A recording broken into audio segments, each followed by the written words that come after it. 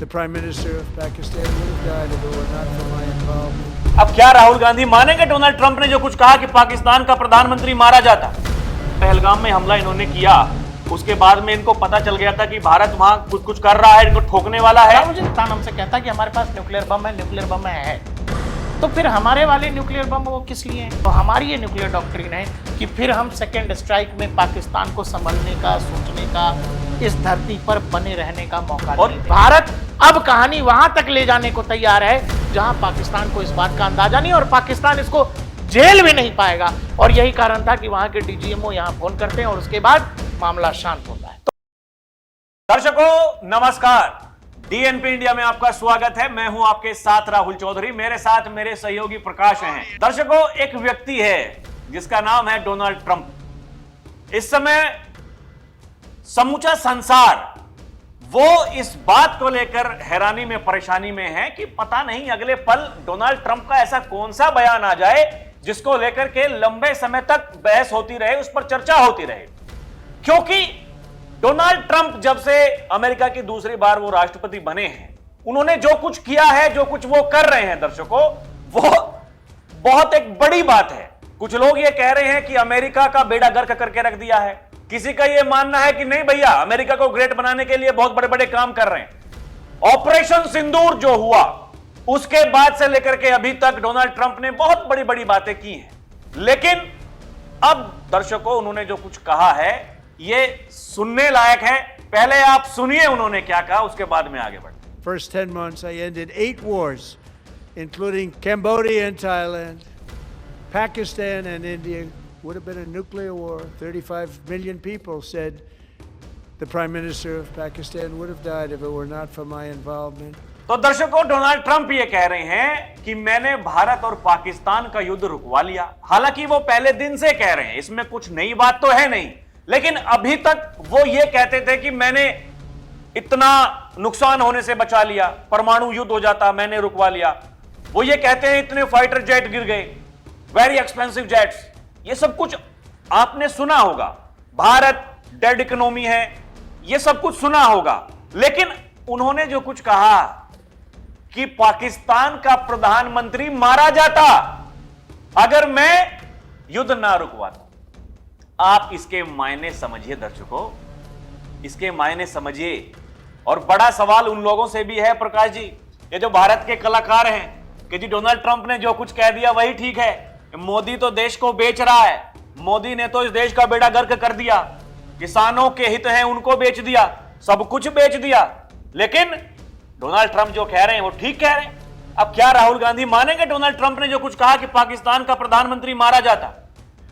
राहुल जी, मतलब अब आप ये सोचो कि फिर जो देश के प्रधानमंत्री ने कहा देश की संसद में कि भाई एक बार उपराष्ट्रपति का फोन आया था जी। वो मैं उठा नहीं सका, मैं तो अपनी सेना के साथ काम में व्यस्त था, मेरे पास उतना समय नहीं था कि मैं बात कर पाता। अमेरिका से हमारी कोई बातचीत ही नहीं हुई। जो बातचीत हुई दर्शकों वो ये कि अमेरिका सऊदी अरब से लेकर ट्रंप की घंटी बजाता रहा, पाकिस्तान लगातार बजाता रहा। और जब उनके डीजीएमओ ने हमारे डीजीएमओ को कॉल किया तब ये ऑपरेशन सिंदूर का मामला रुका। जिस समय भारतीय फोर्सेस एयर सुपेरिटी हासिल कर चुकी थी, पाकिस्तान के एयर डिफेंस तबाह हो चुके थे और पाकिस्तान के फाइटर जेट अगर हवा में उड़ते तो उनका आंख कान नाक सब बंद हो गया था। ये समझ लो पूरा का पूरा पाकिस्तानी कम्युनिकेशन सेटअप हमारे हाथ में था। हम पाकिस्तान को जहां मारना चाह रहे थे वहां मार रहे थे और उनको हवा नहीं लग रही थी। इस लेवल का एयर कॉम्बैट में एयर सुपेरिटी हासिल करना, आप पिछले कुछ सालों की वॉर हिस्ट्री निकालिए, उसमें बहुत कम देशों की वायुसेना या एयर डिफेंस होगा या वो डिफेंस फोर्सेस होंगी जिन्होंने ये हासिल किया। ये सब हासिल करने के बाद भी हम रुके। हम लोगों को उस समय भी लगा था कि ये अचानक क्यों करना पड़ा, ये अचानक क्यों किया। मतलब हम तो ये जिक्र कर ही रहे थे कि भाई हम इतने करीब पहुंच चुके थे कि आप मार रहे हो तो मारो ढंग से मारो। लोगों को प्रकाश जी ये लग रहा था कि भाई पाकिस्तान के पास में कुछ विकल्प नहीं बचा था। यहां एक सोचने वाली बात यह है कि पाकिस्तान के पास में कोई विकल्प नहीं बचा था। आखिरी जो विकल्प था वो परमाणु हथियारों का इस्तेमाल करना था, लेकिन भारत ने उन परमाणु हथियारों को भी फोड़ना शुरू कर दिया था। आपको एक चीज और समझना पड़ेगा, जो राहुल भाई कह रहे हैं, आपको किराना हिल्स की कहानी याद होगी, वहां से लगातार फुटेजेस आने शुरू हो गए।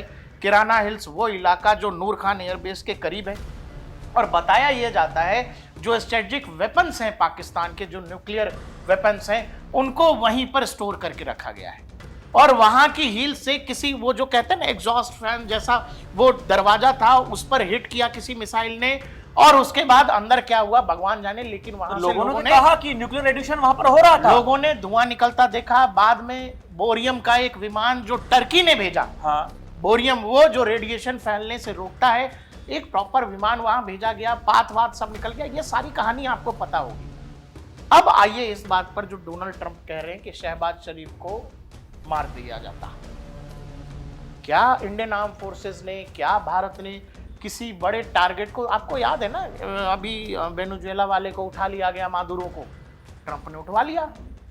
और अगर यह सिचुएशन न्यूक्लियर वॉर की तरफ जा रहा था और एस्केलेट हो रहा था, तो फिर वहां पर लीडरशिप खत्म हो जाती पाकिस्तान की। उसमें असीम मुनीर होते, तमाम कोर कमांडर्स होते, और जो भी पॉलिटिकल एस्टेब्लिशमेंट के लोग हैं, शहबाज शरीफ या उनकी पॉलिटिकल पार्टी के नेता, उन सब का काम तमाम हो जाता। आपको एक और बात याद होगी जो इंडियन नेवी की तरफ से कही गई थी कि उन्होंने एक शब्द में कहा था, इतनी ही बात कही थी कि पत्रकार ने पूछा कि इंडियन नेवी का क्या रोल रहा इसमें, आपका क्या मैसेज है इसमें।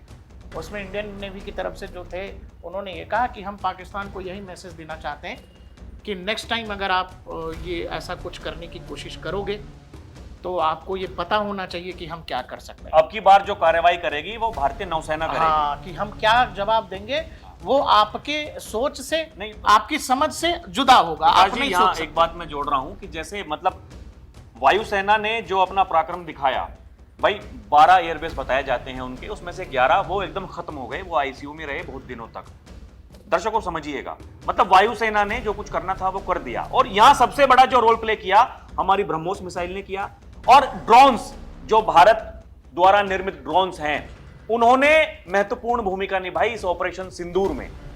नेवी को तो कुछ करने का मौका ही नहीं मिला। वही मैं कह रहा हूं राहुल जी, अरब सागर में जब आईएनएस विक्रांत वहां जाता है तो कराची जो बंदरगाह है इनकी पाकिस्तानी नेवी की, वहां से वो आगे निकले ही नहीं। कि नेवी का वो जो 400-500 किलोमीटर का जो पूरा रेडियस था, अरब सागर में ऐसा डोमिनेंस बना लिया और एकदम एग्रेसिव पोस्चरिंग में कि अगर एनिमी की तरफ से कोई भी किसी तरह की हरकत करने की कोशिश की गई तो वहां इंडियन नेवी की एंट्री होती है। और अगर इंडियन नेवी अरब सागर में आईएनएस विक्रांत डॉक कर जाता है पूरा का पूरा अपने वॉरशिप्स के साथ, सबमरीन्स के साथ, तो फिर पूरा बैटल ग्रुप था राहुल जी, 3-4 उसमें सबमरीन्स होंगी, वॉरशिप्स होंगे, और ऊपर से आपके फाइटर जेट्स हैं जो ऑलरेडी तैनात हैं उस पर। तो फिर कराची का बचना मुश्किल था। कराची का बचने का मुश्किल का मतलब ये कि आप दुनिया से कराची काट देते जी। समंदर से जो रास्ता पाकिस्तान को जोड़ता है वो कराची वाला हिस्सा है। आपने अगर अरब सागर में पाकिस्तानी नेवी को ब्लॉक कर दिया, पाकिस्तानी वेसल्स को ब्लॉक कर दिया, मतलब अगले 2 दिन के अंदर, 3 दिन के अंदर पाकिस्तान के पेट्रोल पंप पर जो है तेल मिलना बंद और बाकी कहानी खत्म। हाँ।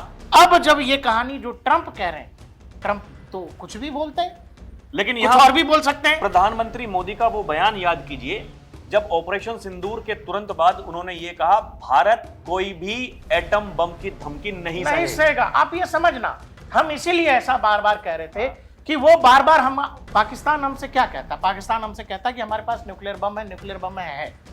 तो फिर हमारे वाले न्यूक्लियर बम वो किस लिए हैं? ये प्राइम मिनिस्टर पहले भी बोल चुके, हमारे वाले किस लिए हैं? दूसरा, ये न्यूक्लियर बम कोई मिसाइल बम गोला नहीं है जो सिंपल उठाया फेंक दिया, वो पूरा प्रोसेस है। दूसरा, दुनिया के बेस्ट जानकार जो डिफेंस जानकार वो ये मानते हैं कि वो अमेरिकी स्ट्रेटेजिक हथियार है जो अमेरिका की निगरानी में है, CIA उसकी निगरानी करती है पाकिस्तान के अंदर। हाँ, पाकिस्तान चाह के भी नहीं कर पाएगा। और पाकिस्तान अगर ये सोचता है, आपको ये पता है कि हमारी ये न्यूक्लियर डॉक्ट्रिन है कि पाकिस्तान अगर हम पर न्यूक्लियर अटैक करता है तो हमारी ये न्यूक्लियर डॉक्ट्रिन है कि फिर हम सेकेंड स्ट्राइक में पाकिस्तान को संभलने का, सोचने का, इस धरती पर बने रहने का मौका नहीं और ये कोई नई बात तो है नहीं, ये प्रधानमंत्री मोदी ने नहीं कही थी। ये बात तो अटल बिहारी वाजपेयी ने कह दी थी कि भाई उस समय जब हमारे ऊपर ये दबाव बनाया जा रहा था कि पाकिस्तान वहां से परमाणु हमला कर सकता है, तो अटल बिहारी वाजपेयी, दर्शकों, जब वो प्रधानमंत्री थे, ये 99 की बातें हैं युद्ध की, उन्होंने कहा था कि पाकिस्तान अगले दिन का सूरज नहीं देख पाएगा। अब तो कहानी बहुत आगे आ चुकी है। हम 2026 में है, ये कहानी 2025 की थी। मतलब भारत की ताकत तब से कितनी बड़ी होगी, आप इस बात को समझिए। और आप ये समझो ना कि प्रकाश भाई, एक और बात कही थी प्रधानमंत्री मोदी ने, जिन हथियारों पर ये इतराते थे वो मलबे के ढेर में दबे हुए हैं। बोला उन्होंने कि आप जिन हथियारों पर, तो आप इतराते F-16 पे तो हो नहीं, आप इतराते HQ-19 पे तो हो नहीं, आप बार बार हमसे क्या कहते हो परमाणु कि हमारे पास न्यूक्लियर बम है, हमारे पास पाव किलो के बम है, आधे किलो के बम है, इस तरह की बकवास जब आप और ये करते हो। कायरता इनकी देखिए, ये तो जब पहलगाम में हमला इन्होंने किया उसके बाद में इनको पता चल गया था कि भारत वहां कुछ कुछ कर रहा है, इनको ठोकने वाला है। प्रधानमंत्री ने जब कह दिया था कि भाई किसी को नहीं छोड़ेंगे, इन आतंकवादियों के आकाओं को ढूंढ ढूंढ कर बाहर निकालेंगे, मिट्टी में मिला देंगे। मतलब अक्सर योगी जी ऐसी बात बोलते हैं, लेकिन प्रधानमंत्री ने बोल दी वहां पूरे विश्व को सुनाते हुए, अंग्रेजी में बोलते हुए, तो इनको पता लग गया था कि ये मरेंगे अब। और राहुल जी, इन सब चीजों को लेकर देखिए, जो आम देशभक्त है ना, आप लोग कभी हम लोग तो ये सोच ही नहीं सकते कि युद्ध के मैदान में भारत पाकिस्तान भिड़े और पाकिस्तान एडवांटेज लेकर के हमारी फौज को कूट काट के चला गया। ऐसा है ही नहीं, ये हो ही नहीं सकता, ये संभव ही नहीं है। ये जब आप गौर करेंगे राहुल जी, साइकिल ऑफ जो इवेंट्स हैं उस समय के, वो कैसे हैं कि हम मार रहे हैं, अचानक कहा कि सीजफायर हो गया। तो हमारी आर्मी ने बार बार कहा कि किसी भी युद्ध का ऑब्जेक्टिव होता है। हम जब युद्ध में गए तो हमारा ऑब्जेक्टिव पहले ये था कि हम जो पाकिस्तान के जो टेररिस्ट आउटफिट्स हैं, हम उनको खत्म करेंगे। हमारा कोई भी मामला एस्केलेटरी नहीं था, हमारा कोई भी हमला एस्केलेटरी नहीं था। हमने कोई सिविलियन आउटफिट्स को निशाना नहीं बनाया, हमने आतंकी आउटफिट्स को निशाना बनाया। अब जब उसका पाकिस्तान एक तरह से प्रतिकार करने आया तो हमने उसका जवाब दिया, और वो चीजें जब आगे बढ़ती चली गई, हमने उस हिसाब से उनको जवाब दिया। आप किराना हिल्स का धुआं याद करिए और फिर अचानक अमेरिका की एंट्री याद करिए। उससे एक दिन पहले अमेरिकी वाइस प्रेसिडेंट ने कहा कि वो तो भारत और पाकिस्तान का मामला, हमारा कोई लेना देना नहीं है, वो दोनों देशों का मामला है। लेकिन अचानक किराना हिल्स की खबर आती है, और अगर पाकिस्तान वहां से ये सोच रहा था कि वो किसी तरह के न्यूक्लियर थ्रेट की तरफ जा रहा है, जो बार बार ट्रंप कह रहे हैं कि दो देशों में न्यूक्लियर वॉर हो जाता, प्रधानमंत्री कह चुके हैं कि हम, जैसा आपने बोला भी कि भाई उनके जिन हथियारों पर गुमान था वो मलबे में दबा है, का मतलब ये है कि क्या भारत की स्ट्रेटेजिक फोर्सेस उस तरफ भी जा रही थी जहां आपको याद है कि खामनेई बंकर में घुसे रहते हैं ईरान वाले, ये शहबाज मुनीर बंकर में घुसा हुआ था, शहबाज शरीफ भी बंकर में ही होगा। आज ट्रंप देखिए, ट्रंप किसी प्रेस कॉन्फ्रेंस में नहीं बोल रहे हैं, ट्रंप अमेरिकी सांसदों के सामने बोल रहे हैं कि मैंने वहां करोड़ों लोगों को बचा लिया, नहीं तो शहबाज शरीफ मारा जाता। क्या इसका मतलब यह है कि ट्रंप को या फिर ट्रंप प्रशासन को यह लग गया था कि भारत अब कहानी वहां तक ले जाने को तैयार है जहां पाकिस्तान को इस बात का अंदाजा नहीं, और पाकिस्तान इसको झेल भी नहीं पाएगा। और यही कारण था कि वहां के डीजीएमओ यहां फोन करते हैं और उसके बाद मामला शांत होता है। तो कहानी को समझ लीजिए दर्शकों, ये यहाँ के जो बड़े बड़े कलाकार हैं, जो अपनी बहुत बार बार छाती पीटते हैं, वो लोग, समझने वाली बात यह है कि ट्रंप की बात अगर उनको सच लगती है कि भैया वो सच बोलते हैं, तो ये वाला भी मान लीजिए, अब मान ही लीजिए, अनाउंस कर दीजिए, ये कह दीजिए कि भैया हाँ, भारत ने पाकिस्तान को ठोक दिया, ऐसा ठोक दिया कि जिंदगी में कोई नहीं ठोक पाया। क्योंकि आप तो ये कहते हैं ना कि हमारी इंदिरा गांधी की सरकार थी, हमने पाकिस्तान के 2 टुकड़े कर दिए थे। ये टुकड़े करने वाली हमारी सेना ही थी, सेना का पराक्रम ही था, और आज भी हमारी सेना ही है जो चीन के सैनिकों को नहीं घुसने देती है। नरवणे की बात को लेकर के बहुत माहौल बनाते हैं राहुल गांधी, और नरवणे जी ने कह दिया 1 इंच जमीन किसी ने नहीं ली। और यह सवाल उन चीनियों से जाकर के पूछो, हमसे मत पूछो। और यही हमारी सेना ने अब की बार भी कहा कि हमने पाकिस्तान का वो हश्र कर दिया कि पाकिस्तान ने जिंदगी में कभी नहीं सोचा था। केवल 4 दिनों में पाकिस्तान पूरा तबाह। और अब तो डोनाल्ड ट्रंप ने कह दिया, अगर भारतीय सेना पर यकीन नहीं था, भारत की सरकार पर यकीन नहीं था, मोदी पर यकीन नहीं था, आपको ट्रंप पर यकीन था, ट्रंप ने कह दिया पाकिस्तान का प्रधानमंत्री मरने वाला था।